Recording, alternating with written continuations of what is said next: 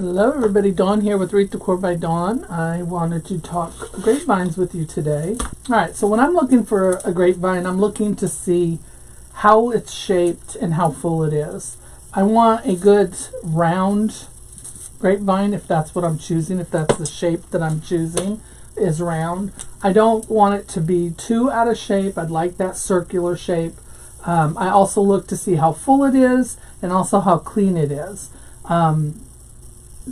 It doesn't matter if it's a dirty one, but if I can find one like this that doesn't have a lot of leaves in that in it, then I would choose this one over one that does.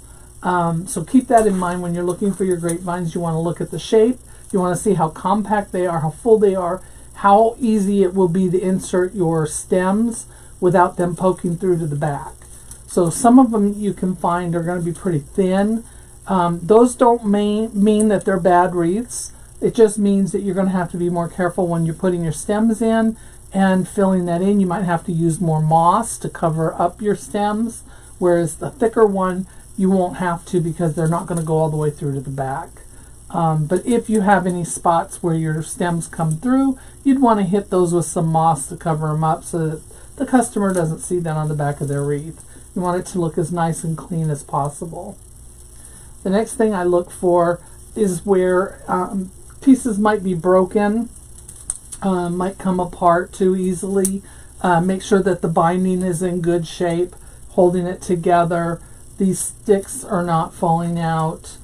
This one has a lot of the thicker branches in it, which is fine. But even if your binding does come off, your wreath isn't going to fall apart. It'll loosen, but it's not going to fall apart. So I'm going to show you different grapevines and picking them and cleaning them. So this is an 18-inch round grapevine. This one came from Michael's. Sometimes you can get these really nice full ones and sometimes they're really sparse. You can use both of them. I know a lot of people would rather have the fuller ones, the more compact ones.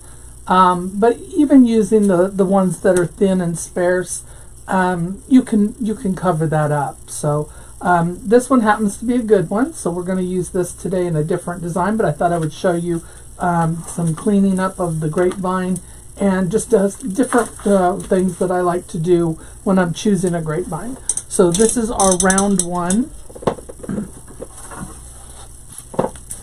and then this is an oval one. Now you can see the difference. This oval is kind of misshapen.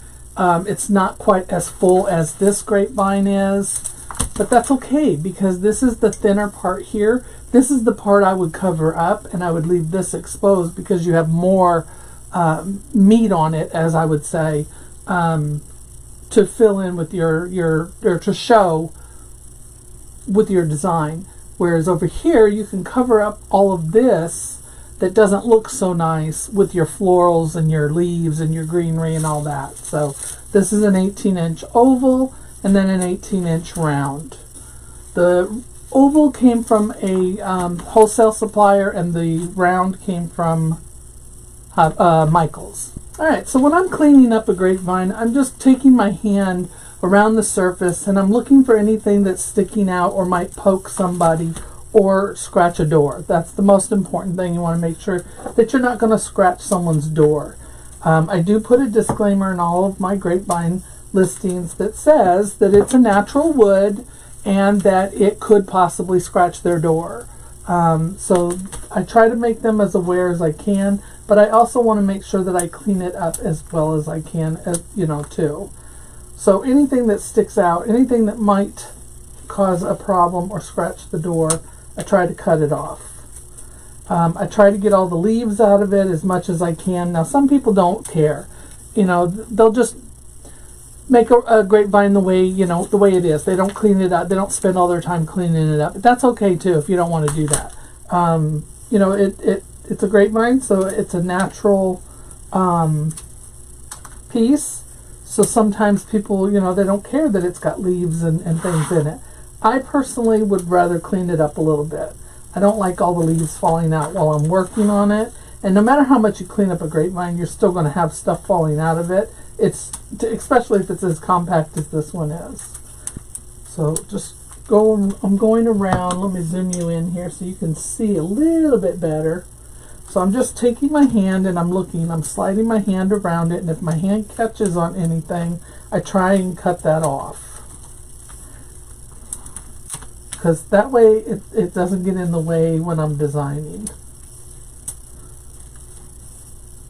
And it makes it look a little nicer.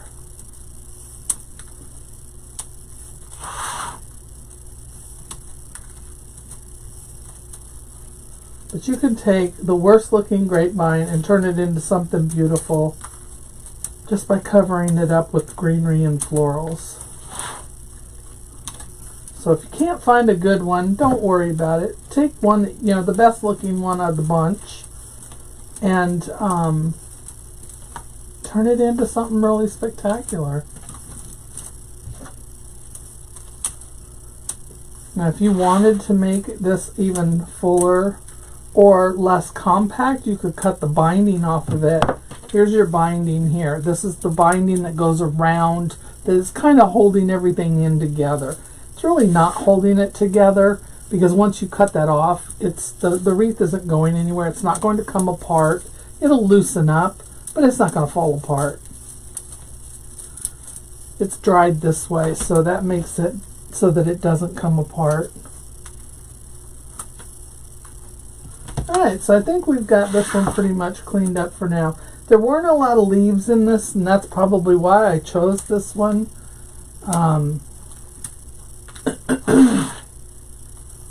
Which makes it a lot easier to clean it, I'll tell you that. Because normally if you have to clean them, you got to take something usually pretty sharp or pointed.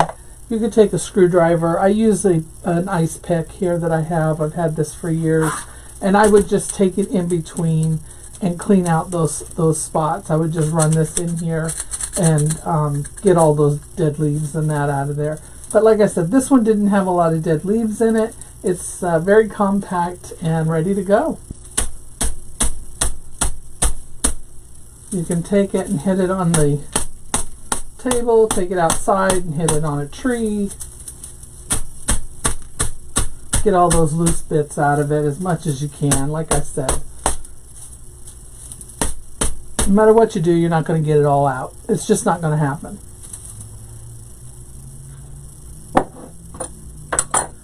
Alright, so when choosing your grapevines, keep those things in mind, and I'll see you on the next video.